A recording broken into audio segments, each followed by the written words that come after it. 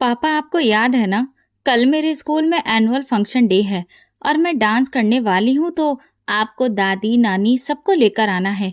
और कल तो मम्मी को भी आना पड़ेगा। आप उनको फोन करके बोल देना। मैं उस वक्त अपनी 8 साल की बेटी रिया की चोटी बना रहा था और स्कूल जाने के लिए तैयार कर रहा था। जब उसकी ये बात सुनते ही मेरे हाथ अचानक से रुक गए।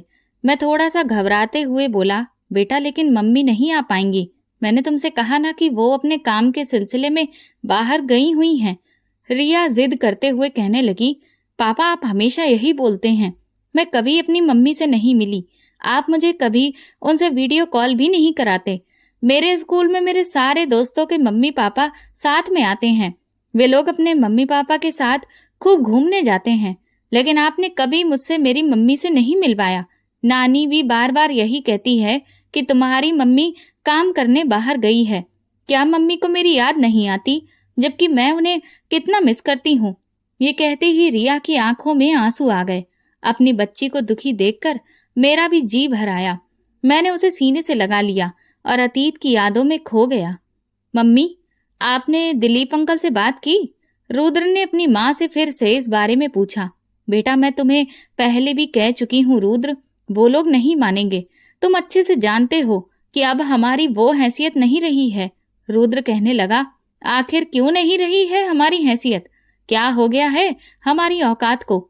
इस सब कुछ में बराबर के हिस्सेदार हम लोग भी हैं। जितना ये घर अंकल का है उतना हमारा भी है। और फिर जब मैं नौकरी भी करता हूँ तो फिर मुझ में आखिर क्या कमी है? रुद्र ने झंझना कर अपनी माँ से कहा। सुमित्रा अपने बेटे की जिद के आगे अब हारने लगी थी।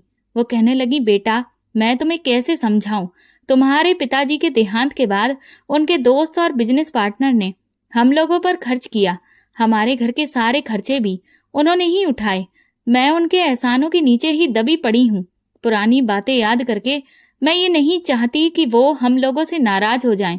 भूल जाओ श्रेया को। वैसे भी अब हम लोग उनकी बराबरी के नहीं रहे हैं। रुद्र ने अपनी दोनों मुट्ठियों को भींचकर कहा, मम्मी अपने आप को खुद से कमजोरी बनाकर क्यों रख लिया है? मेरे पापा जब इस दुनिया से गए थे तो ये जो फैक्ट्री है इसमें सिर्फ अंकल का ही आधा हिस्सा नहीं था, बल्कि मेरे पापा का भी था। उन दोनों लोगों ने मिलकर इस फैक्ट्री और बाकी सब चीजों की शुरुआत की थी। और असलियत ये है कि पापा के जाने के बाद दिलीप अंकल ने उसमें से हमें वापस कुछ भी नहीं दिया। अगर आज मैं भी वहीं पर काम कर रहा होता तो अपने पिता की जगह पर मैं बैठा होता और मेरी हैसियत भी उन लोगों के बराबर ही होती। रुद्र, अब बस करो। क्यों तुम बेवजह बात को उखाड़ रहे हो? देखो, ये मत भूलो कि ये पूरा घर अब तुम्हारे अंकल का ही है, क्योंकि उन्होंने अपने नाम पर सब कुछ लिखवा लिया है। इसलिए अब इन बातों का कोई फायदा नहीं है। हमारे हाथ में कुछ भी नहीं है। मैं नहीं चाहती कि मैं उनसे ये कहूँ कि बचपन में अपने श्रेया का और रुद्र का रिश्ता तय किया था और अब आप अपनी बेटी की शादी मेरे बेटे से कर दें। अगर मैं इस बारे में कुछ भी कहूँ तो वो तुरंत ही हमें धक्के मार कर इस घर से निकाल देंगे। तुम ही सोचो, फिर मैं कहाँ जाऊंगी इस बुढ़ापे में? तुम जानते हो, तुम्हारी तो सैलरी भी इतनी नहीं है कि हम लोग किराए का घर भी अफोर्ड कर सकें। और फिर यहाँ पर तुम्हारे पिताजी की यादें हैं। मैं किसी भी कीमत पर ये घर छोड़कर नहीं जाना चाहती। कम से कम उन्होंने इतनी इंसानियत तो दिखाई कि हमें इस घर से नहीं निकाला। रुद्र अपनी माँ की बात सुनकर अपना गुस्सा जब्त करके रह गया। बचपन से उसने श्रेया के सपने अपनी आंखों में सजाए हुए थे। पहले तो दिलीप की भी यही इच्छा थी, लेकिन रुद्र के पिता के देहांत के बाद हालात पूरी तरह से बदल गए। सारी फैक्ट्री पर दिलीप का कब्जा था या फिर उसके बड़े बेटे रजत का। हालांकि इधर रुद्र अपने माँ बाप का इकलौता बेटा ही था। जब तक उसके पिता जिंदा थे उसके नखरे उठाते थे। उसके पास हर एक चीज थी, गाड़ी थी, ऐशो आराम था, अय्याशी की हर चीज थी, सब कुछ था। लेकिन जिस वक्त वो 10वीं क्लास का स्टूडेंट था और उसकी उम्र सिर्फ 15 साल के आसपास थी, तब उसके पिता एक प्लेन क्रैश के हादसे का शिकार हो गए और हमेशा के लिए सबको छोड़कर चले गए। लेकिन इसके बाद तो सबके व्यवहार में बदलाव आने लगा। बेशक वे लोग उसके बाद भी इसी घर में रहते रहे, लेकिन जो रुद्र के पिता के हिस्से में आया था वो बहुत ही कम था। दिलीप ने अपने दोस्त की मौत का फायदा उठा लिया था। वे दोनों बचपन के दोस्त थे और दोनों की आंखों में अमीर बनने के सपने भी थे। और इसी सपने को पूरा करने के लिए वे दोनों शहर आए, एक साथ मिलकर मेहनत की और जब एक सुनहरा मौका अमीर बनने का मिला तो दोनों ने एक साथ उस मौके को भुनाया और मिलकर अपना खुद का कारोबार शुरू किया, क्योंकि उन्हें ये समझ आ चुका था कि नौकरी करके वे कभी भी अमीरों वाली जिंदगी नहीं जी सकते। और बस दोनों की दोस्तों की मेहनत रंग लाई। उनका कारोबार दिन रात तरक्की करने लगा। वे जो भी संपत्ति खरीदने गए उसमें दोनों की बराबरी की हिस्सेदारी थी, ताकि कोई भी लड़ाई झगड़ा ना हो। लेकिन रुद्र के पिता के मरने पर दिलीप पूरी तरह से बदल गया। दिलीप के बंगले के ऊपर वाला पोर्शन सुमित्रा और उसके बेटे को दे दिया। हर जरूरत के लिए सुमित्रा जी को दिलीप के सामने ही हाथ फैलाने पड़ते थे, क्योंकि सब कुछ उसने अपने अंडर कर रखा था। हालांकि सुमित्रा जी को दिलीप से मांगते हुए शर्म तो महसूस होती थी, इसलिए कई बार वो अपनी बहुत सारी जरूरतें दबा भी जाती थी। जब भी रुद्र की फीस भरनी होती तो वो उसे ही कहती कि जाओ अपने अंकल से पैसे मांग लो। बार बार हर चीज के लिए दिलीप से कहना उन्हें अच्छा नहीं लगता था, बल्कि वो हमेशा ये सोचती थी कि ये तो उन्हें खुद से ख्याल होना चाहिए कि एक ठीक ठाक रकम हर महीने वो अपने दोस्त की विधवा को दे दे। लेकिन नहीं, जब पैसे का गुरूर इंसान के दिमाग पर चढ़ जाता है तो सामने वाले को बेइज्जत करने में बहुत मजा आता है और इंसान अपने पुराने दिन भूल जाता है। ऐसा ही कुछ दिलीप के दिमाग में भी था। वो चाहता था कि दोनों माँ बेटा उसके सामने हाथ फैलाएं। रुद्र बिना किसी झिझक के उससे पैसे मांगता था, सिर्फ ये समझकर कि इसमें तो उसके बाप का भी हिस्सा है। जब उसने अपने अंकल से कहा कि वो अब आगे मेडिकल की पढ़ाई करना चाहता है तो दिलीप कहने लगा, नहीं, मैं तुम्हारी मेडिकल की फीस नहीं भर सकता। हालांकि श्रेया और रुद्र दोनों ही बच्चे मेडिकल की पढ़ाई करने के सपने देख रहे थे, लेकिन अफसोस कि रुद्र को इस बात की इजाजत ही नहीं दी गई। वो कहने लगा, क्यों अंकल, ये तो मेरे स्वर्गीय पिताजी का भी सपना है और इसलिए मुझे ये पढ़ाई करनी है। दिलीप कहने लगा, तुम्हारे पिताजी अपने सपनों को लेकर इस दुनिया से हमेशा के लिए जा चुके हैं और अब मेरे पास इतने पैसे नहीं हैं। ये तो मैं ही जानता हूँ कि दो दो घरों को मैं कैसे पाल रहा हूँ। हर एक घर गृहस्थी के 100 तरह के खर्च होते हैं। मेरे अपने भी बच्चे हैं। अभी मुझे अपने छोटे बेटे नमन को हायर स्टडीज के लिए विदेश भी तो भेजना है, इसीलिए मुझे बहुत सारे पैसों की जरूरत है। और वैसे भी शुक्र मनाओ कि मैं कम से कम तुम दोनों माँ बेटे को इस घर से तो नहीं निकाल रहा हूँ।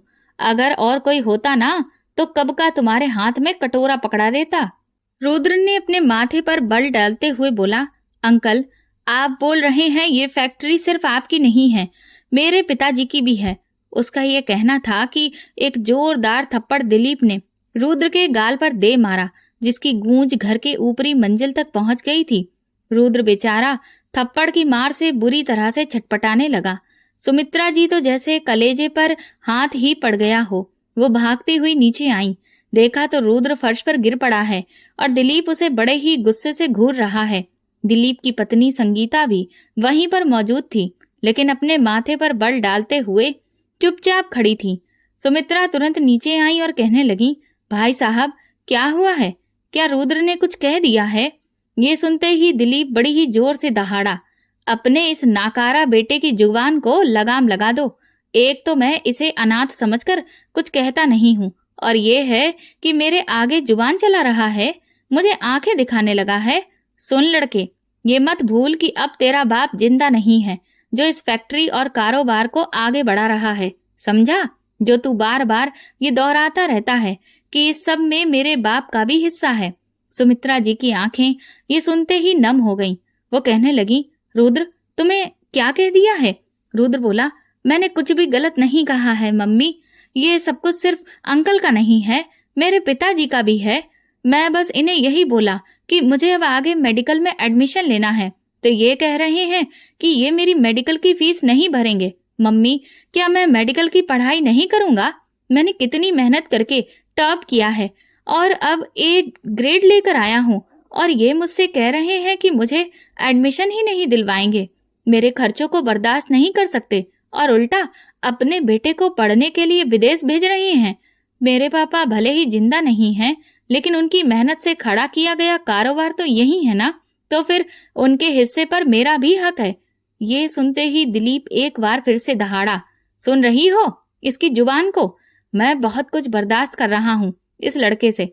बोलो कि तुरंत मेरी नजरों के सामने से दफा हो जाए, वरना मैं तुम दोनों को धक्के मारकर अभी के अभी निकाल दूंगा। और रही बात इसके बाप के हिस्से की, तो अब उसका कुछ भी नहीं है। ये घर मेरे नाम पर है और फैक्ट्री भी। मैंने ही मेहनत करके इतनी कामयाबी तक ये पहुंचाई है। इसका बाप तो बस पक्की पकाई खिचड़ी लेकर बैठा था। सबसे ज्यादा मेहनत तो मैं करता था, और वो कारोबार से मिलने वाले पैसे पर खूब ऐश कर रहा था। इसीलिए तुम्हारा बेटा इस सब पर अब कोई भी अधिकार नहीं रखता है।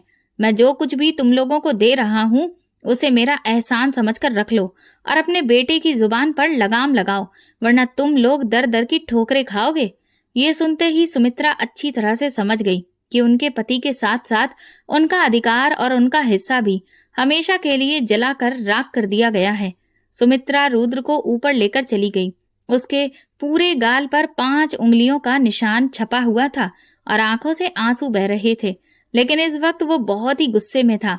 अपने आंसुओं को बार बार साफ कर रहा था। सुमित्रा के पास और कहीं भी जाने का कोई ठिकाना भी नहीं था, क्योंकि उनके पति का ना तो कोई भाई या बहन था और ना ही कोई खास रिश्तेदार। सास ससुर तो कब के स्वर्ग सिधार गए थे, और गांव में जो कुछ थोड़ी बहुत जमीन थी उसे ही तो बेचकर उनके पति ने यहाँ शहर में नया कारोबार शुरू किया था। तो अब जो कुछ दिलीप भीख के तौर पर उन्हें दे रहा था उसे ही वो चुपचाप रखने के लिए मजबूर थीं, और इतना सब कुछ सहने के बाद भी उन्हें यहाँ पर रहना ही था। यही उनकी किस्मत में था। दूसरी तरफ रुद्र को श्रेया से कोई खास लगाव नहीं था, लेकिन इतने लंबे समय से उसके अंदर लगी आग हर रोज बढ़ती ही जा रही थी। वो चाहता था कि श्रेया से उसकी शादी हो जाए और वो दिलीप को अपने सामने झुकने पर हर हाल में मजबूर कर दे, क्योंकि जो जिल्लत दिलीप ने उसके साथ की थी वो कभी भी उसे भूल नहीं पाया था। हालांकि सुमित्रा जी उसे बहुत समझाती थी, लेकिन इस सब के बावजूद भी रुद्र की आंखों में दिलीप के लिए नफरत दिन व दिन बढ़ती ही जा रही थी, क्योंकि दिलीप हर बात पर उसे नीचा दिखाया करता था। इस फैसले के बाद रुद्र ने मेडिकल का सपना छोड़कर चुपचाप कॉमर्स ले लिया। उसने अपना बीकॉम पूरा किया और फिर एक बैंक में नौकरी कर ली। वो ऑनलाइन भी कुछ न कुछ करता रहता था। अपने और अपनी माँ के खर्चों को उसने बहुत जल्दी ही उठाना शुरू कर दिया। उम्र से पहले ही वो बेचारा बड़ा हो चुका था, क्योंकि उसे हालातों ने मजबूर कर दिया था। लेकिन जब जब वो श्रेया को अपनी नजरों के सामने देखता था तो उसका खून खौलने लगता था। श्रेया की परवरिश बहुत ही नाजों से की जा रही थी। उस लड़की को अगर एक छींक भी आ जाती तो दिलीप डॉक्टरों की लाइन ही लगा देता था, और अपनी बेटी पर तो धड़ाधड़ पैसा खूब खर्च कर रहा था। वो उसे मेडिकल की पढ़ाई भी करवाना चाहता था। हालांकि श्रेया पढ़ने में कोई बहुत ज्यादा अच्छी नहीं थी। सुमित्रा जी इस बात से बेखबर थीं कि रुद्र के अंदर कौन सी नफरत दिन रात पल रही है। जब रुद्र की उम्र 25 साल की हुई तब उसने कहा, आप अंकल से बात करिए और जो वादा उन्होंने मेरे पिता से किया था पूछिए कि अब उनका उस बारे में क्या ख्याल है। सुमित्रा ये सुनकर हैरान हुई और वो कहने लगी, कौन सा वादा? वो कहने लगा, मेरा और श्रेया का रिश्ता उन्होंने ही तो पक्का किया था ना। उस वक्त हम दोनों छोटे थे। सुमित्रा कहने लगी, तुम छोटे थे लेकिन फिर भी तुम्हें अभी तक वो सारी बातें याद हैं। देखो बेटा, अब उन बातों की कोई भी अहमियत नहीं रही है। तुम भी देख रहे हो ना कि हम लोग उन्हें फूटी आंख पसंद नहीं आते, तो तुम ये कैसे सोच सकते हो कि वो अपनी लड़की का रिश्ता तुमसे कर देंगे? जब उन्होंने अपने दोस्त से अपनी दोस्ती नहीं निभाई तो दोस्त से किया हुआ वादा कैसे निभाएंगे? रुद्र कहने लगा, फिर भी आप एक बार बात तो करिए। सुमित्रा जानती थी कि इन सब बातों का कोई मतलब नहीं है, इसलिए वो बार बार रुद्र को ही समझा रही थी कि तुम अब ये सब बातें भूल जाओ। लेकिन रुद्र के अंदर तो जैसे जिद बढ़ती ही जा रही थी।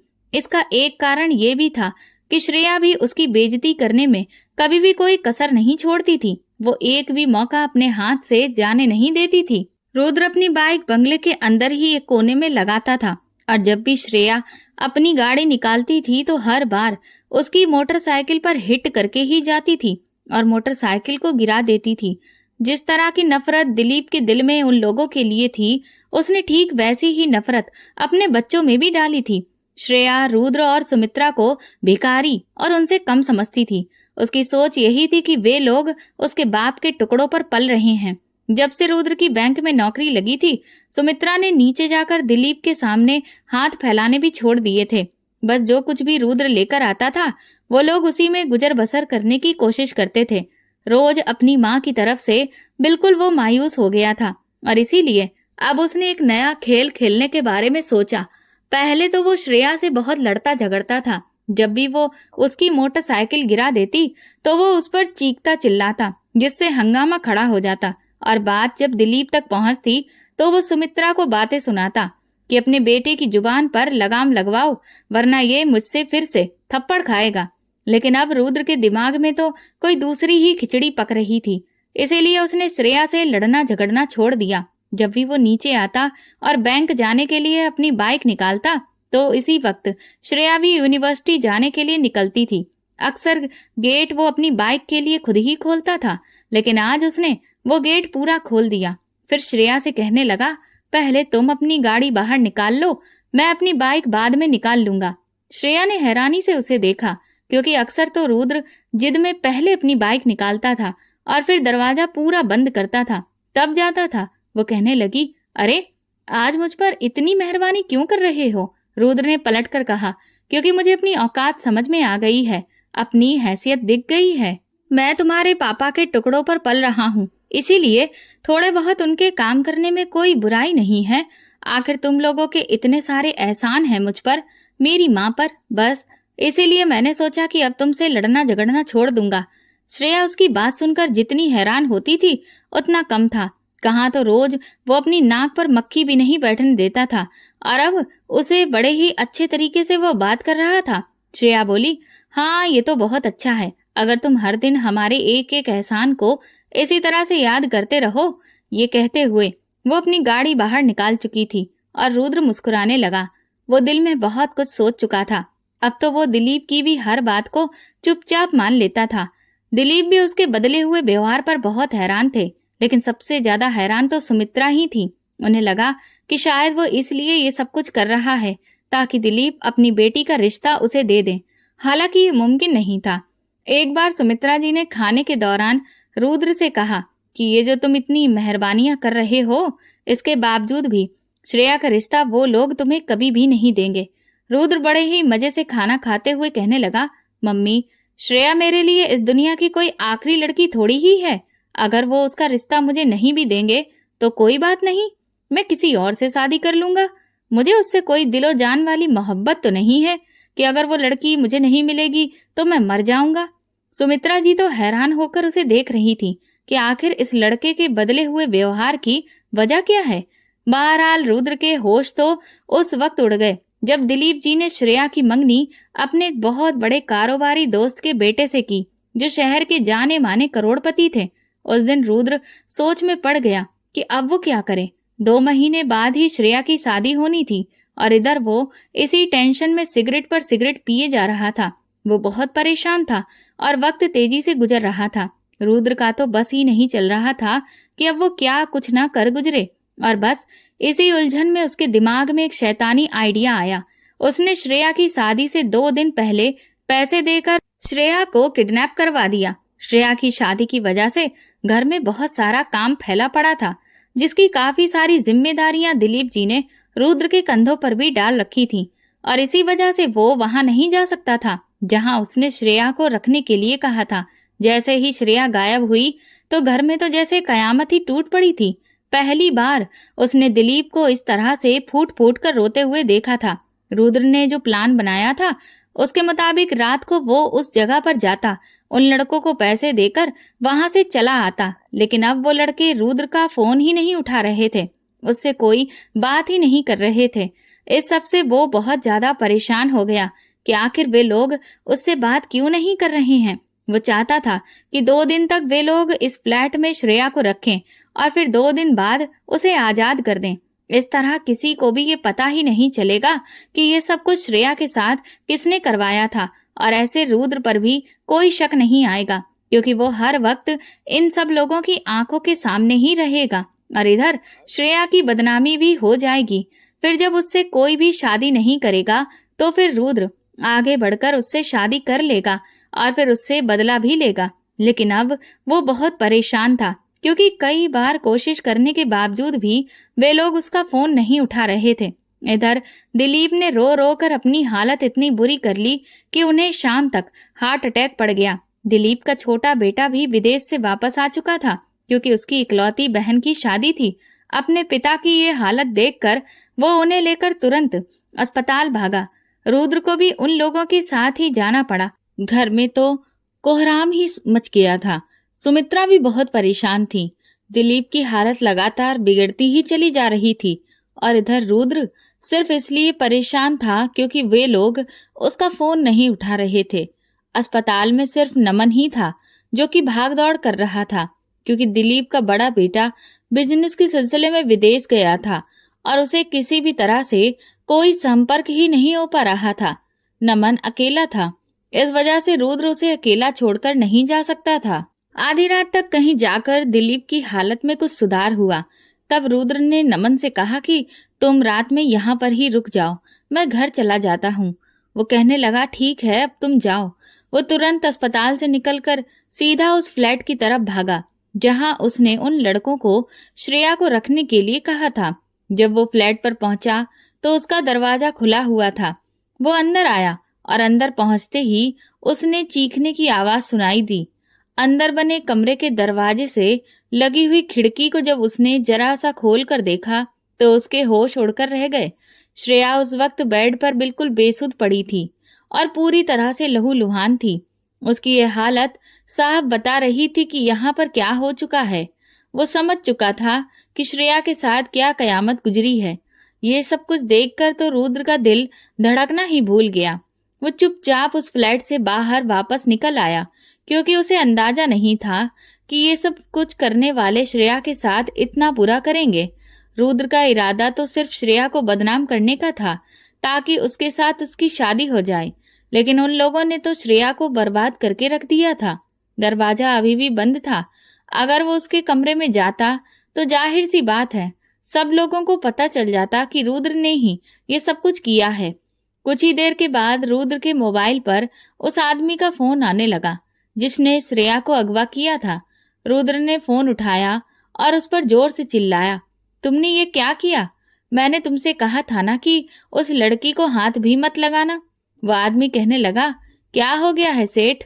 तुमको भी तो उस लड़की के साथ यही सब कुछ करना था। अपुन ने सोचा तेरा ये काम भी हम ही कर देते हैं। अरे तुझे तो हमें इस सब के पैसे अलग से देने चाहिए।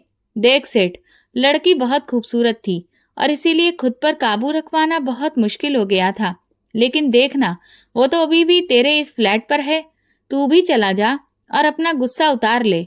रुद्र कहने लगा, शट अप, मैं तुम लोगों को छोड़ूंगा नहीं। तो वो आदमी जोर जोर से हंसने लगा और कहने लगा, तू हमारा बाल भी बांका नहीं कर सकता, क्योंकि तेरे नाम का चेक अभी भी हमारी जेब में पड़ा हुआ है। अगर तूने जाकर पुलिस को इस बारे में कुछ भी बताया तो फिर याद रख, तू खुद भी उल्टा ही फंस जाएगा। और हाँ, कान खोलकर सुन ले, बाकी के बचे हुए पैसे मेरे अकाउंट में ट्रांसफर कर देना, वरना सुन, पुलिस के पास मैं खुद जाऊंगा। रुद्र ने पहली बार ऐसा कोई गलत काम किया था, लेकिन अब उसकी हालत ये हो रही थी कि वो समझ ही नहीं पा रहा था कि वो करे तो क्या करे। वो दोबारा से फ्लैट के अंदर गया और धीरे से जाकर जिस कमरे में श्रेया पड़ी हुई थी वहां का दरवाजा धीरे से खोल दिया। वो जानता था कि श्रेया जब अपने होश में आएगी तो वो कमरे से बाहर निकलने की कोशिश जरूर करेगी। इतना करके वो वहां से चुपचाप निकल आया। इस गुनाह के पैसे भी उसे देने पड़े, क्योंकि ऐसे लोगों से वो झगड़ा मोल नहीं ले सकता था। सुबह सुबह ही श्रेया लुटी पिटी हालत में घर वापस आ चुकी थी। उसे इस तरह देखकर उसकी माँ पहले तो अपना सिर पीटना शुरू कर दिया और फिर बुरी तरह से रोने धोने लगी। सुमित्रा भी जोर जोर से रोने की आवाज सुनकर नीचे उतर आई। रुद्र उस वक्त घर पर ही था। वो जानता था कि संगीता का रोना धोना इतना तेज क्यों हो रहा है। सुमित्रा के साथ वो भी नीचे आया। श्रेया की हालत देखकर पहली बार उसे श्रेया पर तरस आया। संगीता जी कहने लगी, कहाँ गई थी तुम? श्रेया बोली, मैं तो शॉपिंग करने के लिए गई थी मम्मी, लेकिन एक सुनसान सड़क पर मेरी गाड़ी को कुछ आदमियों ने अपनी गाड़ी से रोक लिया। उन्होंने अपनी गाड़ी मेरी गाड़ी के सामने ही खड़ी कर दी और फिर मुझे जबरदस्ती गाड़ी से उतार कर अपनी गाड़ी में बिठाकर एक फ्लैट पर ले गए। उनके चेहरे पर नकाब थे मम्मी। मैं नहीं जानती वो कौन थे। मैं उनसे लगातार पूछती रही कि आखिर वो लोग मुझे यहाँ पर क्यों लेकर आए हैं।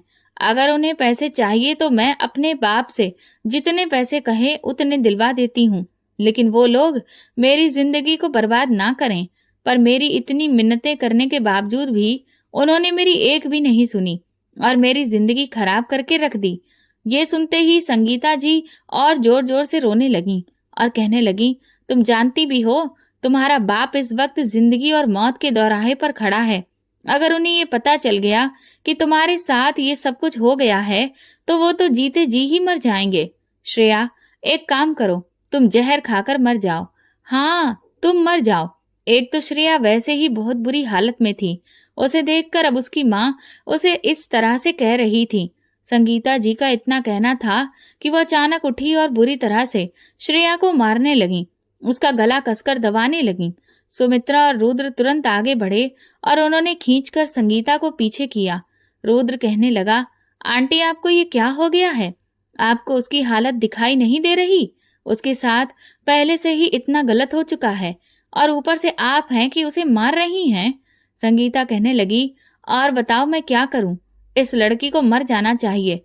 अगर ये लड़की जिंदा रही तो फिर हम सब मर जाएंगे, क्योंकि इस दुनिया को, इस समाज को कभी भी इस बात पर यकीन नहीं आएगा कि इसके साथ कोई हादसा हुआ था। सब लोग तो यही कहेंगे ये लड़की खुद से ही घर से भाग गई थी।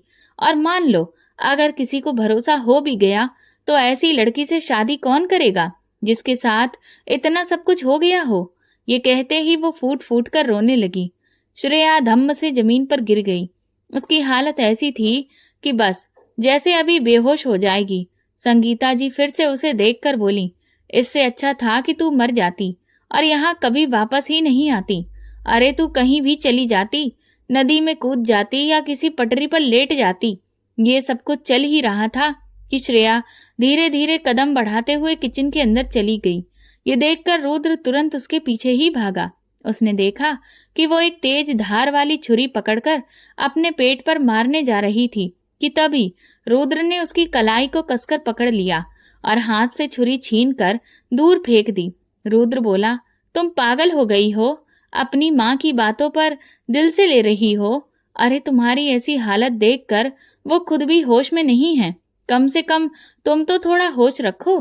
श्रेया पलटकर बोली, नहीं, मेरी मम्मी ठीक कह रही हैं, छोड़ दो मुझे मर जाना ही चाहिए। वो लगातार रो रही थी और अचानक रुद्र के पैरों में गिरकर कहने लगी, रुद्र, मैं सच कह रही हूँ, मेरा कोई भी कसूर नहीं था। मुझे नहीं पता कि उन लोगों ने मुझे क्यों अगवा किया, क्यों मेरी जिंदगी बर्बाद की। ये कहकर वो अपना सिर पटकने लगी। उसने अपना चेहरा दोनों हाथों में छुपा लिया। रुद्र उसे शांत करने की कोशिश कर रहा था। वो बोली, मुझे छोड़ दो, मेरा मर जाना ही अब इस घर के लिए बेहतर है, वरना मेरा बाप भी मर जाएगा। लेकिन रुद्र जैसे तैसे उसे बाहर लेकर आया। वो बोला, आंटी मैं करूंगा श्रेया से शादी। ये बात घर की है और घर के अंदर ही रहेगी। किसी को कुछ भी बताने की कोई जरूरत नहीं है। दिलीप अंकल से आप बात कर लीजिए प्लीज। ये सुनते ही संगीता हैरत से उसे देखने लगी और इधर सुमित्रा भी हैरान होकर अपने बेटे को देख रही थी। संगीता जी तो जैसे दोबारा होश में आई। वो कहने लगी, क्या रुद्र तुम सच कह रहे हो? तुम मेरी बेटी को इज्जत दोगे? तो वो कहने लगा, हाँ, मैं आपकी बेटी को इज्जत दूंगा। सबसे ज्यादा हैरान तो श्रेया थी। उसने कभी भी रुद्र के साथ कोई अच्छा व्यवहार नहीं किया था। उसे वो हमेशा बुरा भला कहती रहती थी, नीचा दिखाती रहती थी, लेकिन आज वही रुद्र उसे इज्जत दे रहा था। श्रेया ने अपना हाथ रुद्र के हाथ से छुड़ाया और बोली कि पागल हो गए हो? मैं तुम्हारे काबिल नहीं हूँ। तुम एक अच्छे इंसान हो। मैंने तुम्हारे साथ कभी भी कुछ भी अच्छा नहीं किया, तो फिर तुम क्यों मुझे अपनाना चाहते हो? रुद्र बोला, चुप हो जाओ। देखो मैं कोई अनजान इंसान नहीं हूँ। न जाने कितने सालों से मैं तुम्हें जानता हूँ। जो मैं तुम पर शक करूंगा, जो कुछ भी हुआ है उसकी सच्चाई मुझे भी पता है और मुझे तुम पर पूरा भरोसा है। मैं तुमसे भी रिक्वेस्ट करता हूँ कि इस सबको एक हादसा समझकर भूल जाओ। श्रेया रोते हुए अपने कमरे में जा चुकी थी। शाम तक नमन भी दिलीप को लेकर घर वापस आ चुका था। सिर्फ नमन ही इस बारे में जानता था कि श्रेया घर वापस आ गई है और किस हालत में आई है। उसे ये भी पता चल चुका था लेकिन दिलीप इन सब बातों से वाकिफ नहीं थे। दिलीप जी जब कमरे में आकर लेटे तो कहने लगे, नमन, मैं ठीक हो जाऊंगा, तुम फिक्र मत करो, तुम बस पुलिस को खबर कर दो। पता नहीं मेरी बेटी कहाँ पर है, किस हालत में है। नमन कहने लगा, पापा, श्रेया घर वापस आ गई है। ये सुनते ही दिलीप उठने की कोशिश करने लगे, लेकिन नमन ने उन्हें लेटे रहने दिया। वो कहने लगा, आप किसी भी तरह की कोई टेंशन मत लीजिए। श्रेया की शादी उसी तारीख को होगी जिस तारीख को तय की गई थी। दिलीप की आंखों से आंसू बहने लगे। वो कहने लगे, लेकिन वो लोग तो इस शादी से इनकार कर चुके हैं। अब भला कौन करेगा उससे शादी? कौन करता है एक ऐसी लड़की से शादी जो शादी के 2 दिन पहले ही अपने घर से भाग गई हो और 2 दिन बाद अचानक से लौट आई हो? हर कोई यही तो समझेगा कि वो लड़की अपनी इज्जत खोकर ही आई होगी। तुम बताओ, कहाँ गई थी श्रेया? नमन कहने लगा, पापा, इस समय उसकी कोई भी गलती नहीं है। किसी ने श्रेया को अगवा कर लिया था। ये सब उसके साथ जो कुछ भी हुआ है वो सिर्फ एक हादसा है और रुद्र उसके साथ शादी करने के लिए तैयार है। ये सुनकर दिलीप को झटका लगा। वो कहने लगा, लेकिन वो उससे शादी कैसे कर सकता है? हम लोगों ने तो कभी भी उसके साथ कोई भी भलाई नहीं की। नमन कहने लगा, फिर भी रुद्र ने खुद ही कहा है कि वो श्रेया से शादी करेगा। पापा, हम लोगों ने शायद उसे समझने में गलती कर दी। आखिर है तो वो आपके खास दोस्त का बेटा ही। हम लोगों ने उससे रिश्ता नहीं निभाया, लेकिन उसने अपने पिता की परवरिश का सबूत दिया है और इसीलिए इस मुश्किल वक्त में वो हमारी इज्जत पर पर्दा डालने के लिए तैयार है। इधर सुमित्रा बहुत परेशान थी। वो कहने लगी, रुद्र, तुमने इतना बड़ा फैसला किससे पूछकर किया है? रुद्र बोला, क्या मतलब है मम्मी? आपने श्रेया की हालत नहीं देखी? जबकि सच्चाई ये थी कि जो असलियत है वो रुद्र जानता था। सुमित्रा कहने लगी, उसकी जो भी हालत हो हमारी बला से है, लेकिन हम लोग क्यों उन लोगों के साथ भलाई करें? सारी जिंदगी उन्होंने हमारे साथ कितना बुरा किया है। हमें पूरे परिवार ने 1-1 रुपए के लिए तड़पाया है, बेइज्जत किया है, यहाँ तक कि तुम्हारे पापा को भी खूब कोसा है। और फिर अब तुम क्या सोचकर ये फैसला कर रहे हो? क्या तुम वो सब कुछ भूल गए? ये सुनते ही रुद्र अपनी नजर चुराने लगा। वो बोला तो कुछ भी नहीं, लेकिन जो कुछ उसने किया था वो बस उसी का पश्चाताप करना चाहता था। 2 दिन बाद बस कुछ ही मेहमानों के बीच में उन दोनों की शादी हो गई। दिलीप उस वक्त बड़ी मुश्किल से सोफे पर बैठे हुए थे। ना तो श्रेया ने कोई भारी भरकम लहंगा पहना हुआ था और ना वो इस तरह से तैयार हुई थी जैसे कि एक दुल्हन तैयार होती है। बस एक साधारण सा लहंगा पहनकर हल्का फुल्का मेकअप करके वो तैयार हुई, वो भी सिर्फ रुद्र की वजह से, क्योंकि एक वही था जिसने उसे इज्जत की चादर पहना दी थी। लेकिन उसे ये बिल्कुल भी नहीं पता था कि सच्चाई क्या है। बड़े ही बेमन से सुमित्रा उसे ऊपर लेकर आई, रुद्र के कमरे में जाकर बिठा दिया। उन्हें तो बस यही लग रहा था कि रुद्र ने ये एक जज्बाती फैसला लिया है। जब रुद्र अपने कमरे में वापस गया तो उसे श्रेया की सिसकियों की आवाज सुनाई दे रही थी। वो अंदर ही अंदर बहुत शर्मिंदा होता हुआ धीरे धीरे कदम बढ़ाता हुआ उसके पास पहुंचा और जैसे ही उसके पास बैठा तो वो पीछे की तरफ खिसक गई। रुद्र ने अभी उसे हाथ भी नहीं लगाया। वो कहने लगा, देखो श्रेया, तुम परेशान मत हो, मैं तुम्हें किसी भी तरह की कोई भी तकलीफ नहीं दूंगा। लेकिन वो लगातार रोए जा रही थी। कहने लगी, तुमने अपने साथ अच्छा नहीं किया है। एक मर्द बहुत बहादुर बनकर इन सब बातों की जिम्मेदारी लेता है कि वो एक ऐसी लड़की को सहारा देगा जिसके साथ गलत हुआ। लेकिन समझ लो, ये सब आसान नहीं होता, इसके लिए बहुत बड़ी हिम्मत चाहिए होती है। रुद्र कहने लगा, देखो, तुम ये समझो कि तुम्हारे साथ कुछ हुआ ही नहीं है। श्रेया बोली, ये सब कहना बहुत आसान लगता है। रुद्र बोला, नहीं, इतना भी मुश्किल नहीं है। वो रोते हुए बोली, बहुत मुश्किल है। रुद्र ने कहा कि ठीक है, मैं मानता हूँ, लेकिन वक्त सब कुछ भुलाने के लिए काफी होता है। और फिर देखो, अब मैं तुम्हारे साथ हूँ। रुद्र की बात सुनकर वो ध्यान से देखने लगी। कहने लगी, मेरे साथ इतना अच्छा बर्ताव क्यों कर रहे हो? मैं तो इस काबिल भी नहीं हूँ। वो बोला, बस तुम इस बारे में ज्यादा मत सोचो, तुम आराम से बेड पर सो जाओ और मैं सोफे पर सो जाऊंगा। वो अपने कपड़े चेंज करके लेट चुकी थी और रुद्र भी सोफे पर चुपचाप लेट गया। वक्त ऐसे ही गुजर गया। वो उसे नॉर्मल हालत में वापस करवाने की कोशिश करता रहता और अंदर ही अंदर अपनी इस हरकत पर पछताता भी रहता, क्योंकि उसके साथ ये सब रुद्र की वजह से ही हुआ था। जब भी रुद्र श्रेया के करीब जाने की कोशिश करता तो वो उसे वैसे ही खौफ से देखकर बुरी तरह से चिल्लाने लगती। उसकी हालत बिल्कुल पागलों के जैसी हो जाती। कभी कभी तो श्रेया को ऐसा लगता कि सामने उसके रुद्र नहीं, वो 3 आदमी खड़े हुए हैं। इतना ज्यादा शोर होता कि सुमित्रा भी उठकर कमरे से बाहर आ जाती। रुद्र रोज रोज समझाना उसे अपने गले से लगाकर शांत करने की कोशिश करता और इस बात का यकीन दिलाने की कोशिश करता कि वो उसका पति है, लेकिन श्रेया कुछ भी समझती नहीं थी। उस वक्त उसकी दिमागी हालत पूरी तरह से बिगड़ जाती थी, इसलिए मजबूरन रुद्र को दूर हटना पड़ता था। इस तरह से 1 महीना अभी गुजरा ही था कि श्रेया की हालत बिगड़ने लगी। उसे कुछ भी ठीक से हजम नहीं हो रहा था। इन सब बातों से सुमित्रा भी वाकिफ थी कि अभी तक रुद्र और श्रेया के बीच में पति पत्नी के रिश्ते जैसा कुछ भी नहीं है। और जब रुद्र से डॉक्टर के पास लेकर गया और डॉक्टर ने बताया कि आपकी पत्नी प्रेग्नेंट है, तो रुद्र के साथ साथ श्रेया के भी होश उड़ गए थे। वो बदहवास सी होने लगी। उसकी वही हालत हो गई। वो बिल्कुल पागलों जैसी हरकतें करने लगी।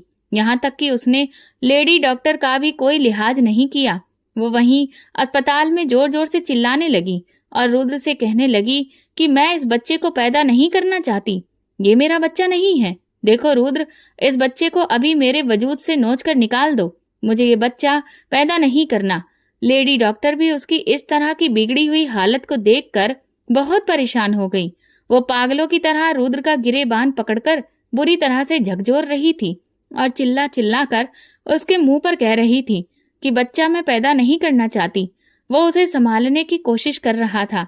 श्रेया, भगवान के लिए चुप हो जाओ। लेकिन वो कुछ भी सुनने समझने को तैयार ही नहीं थी। बार बार कहे जा रही थी कि इस बच्चे को मुझसे अलग कर दो, वरना मैं अपने आप को कुछ कर लूंगी। लेडी डॉक्टर समझ गई कि आखिर ऐसी क्या वजह है कि आपकी पत्नी इस खबर को सुनने के बाद इस तरह से रिएक्ट कर रही हैं। इससे पहले कि रुद्र डॉक्टर के सामने कोई बहाना बनाता, श्रेया खुद ही कहने लगी, इसलिए क्योंकि ये मेरा बच्चा नहीं है। वो अपने पागलपन में डॉक्टर को सब कुछ साफ साफ बता चुकी थी। डॉक्टर भी ये सब सुनकर खामोश हो गईं। रुद्र डॉक्टर के सामने हाथ जोड़कर कहने लगा कि मैं आपसे रिक्वेस्ट करता हूँ, आप इस बच्चे को हटा दीजिए, क्योंकि इसके अलावा हमारे पास और कोई रास्ता नहीं है। डॉक्टर ने भी उनकी हालत को समझा और हामी भर दी और तुरंत ही श्रेया को लेकर इमरजेंसी रूम में चली गईं। रुद्र को लग रहा था कि एक बार श्रेया का पीछा इस बच्चे से छूट जाएगा तो उसकी हालत अपने आप ठीक हो जाएगी, लेकिन उसका गुनाह इतनी आसानी से उसका पीछा नहीं छोड़ सकता था। तकरीबन आधे घंटे के बाद हैरान परेशान सी डॉक्टर बाहर निकली तो रुद्र भी अचानक खड़ा हो गया और बोला, क्या हो गया है डॉक्टर? डॉक्टर ने उसे देखते हुए कहा, देखिए आपकी पत्नी की हालत बहुत ज्यादा नाजुक है और ऐसे में हम ये नहीं कर सकते, क्योंकि अगर हमने ऐसा किया तो आपकी पत्नी की जान भी जा सकती है। उनका बीपी बहुत जल्दी जल्दी ऊपर नीचे हो रहा है। इस वजह से बेहतर यही है कि इस बच्चे को वो जन्म दें। आप उनका बेहतर ख्याल रखें, जिससे उनकी मानसिक हालत सुधरे। ये सुनने के बाद तो रुद्र वहीं सर पकड़कर बैठ गया। उसे तो कुछ समझ ही नहीं आ रहा था कि अब वो इन सारे हालातों को कैसे संभालेगा। वो श्रेया को वापस घर लेकर आ गया। रुद्र के समझाने के बावजूद भी श्रेया इस हादसे को भूलने के लिए तैयार ही नहीं थी।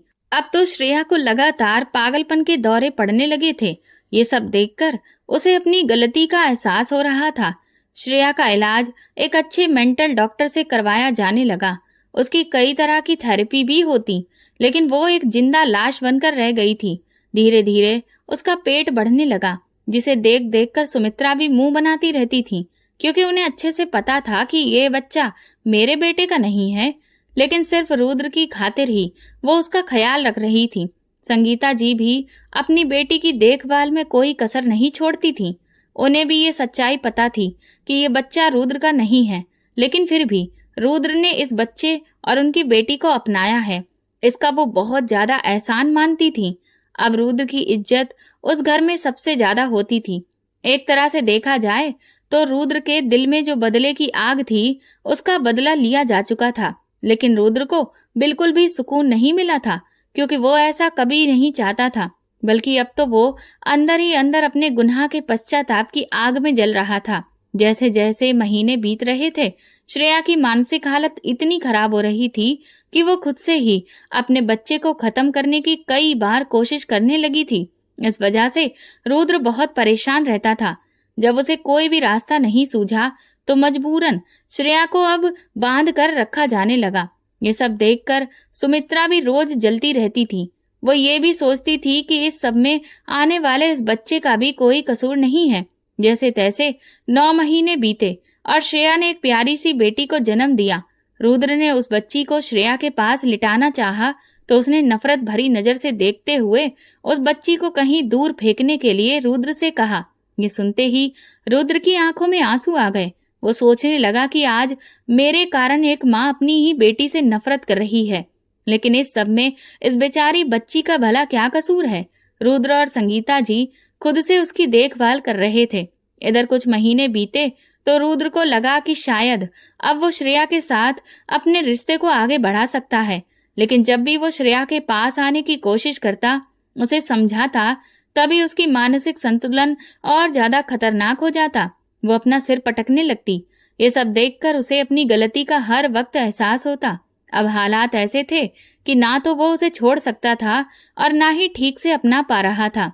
एक हादसे में श्रेया की जिंदगी को पूरी तरह से नरक जैसा बना दिया था और इधर सुमित्रा भी उसे अलग से बातें सुनाती रहती थी कि तुम्हारे इस फैसले ने तुम्हारी पूरी जिंदगी बर्बाद करके रख दी है।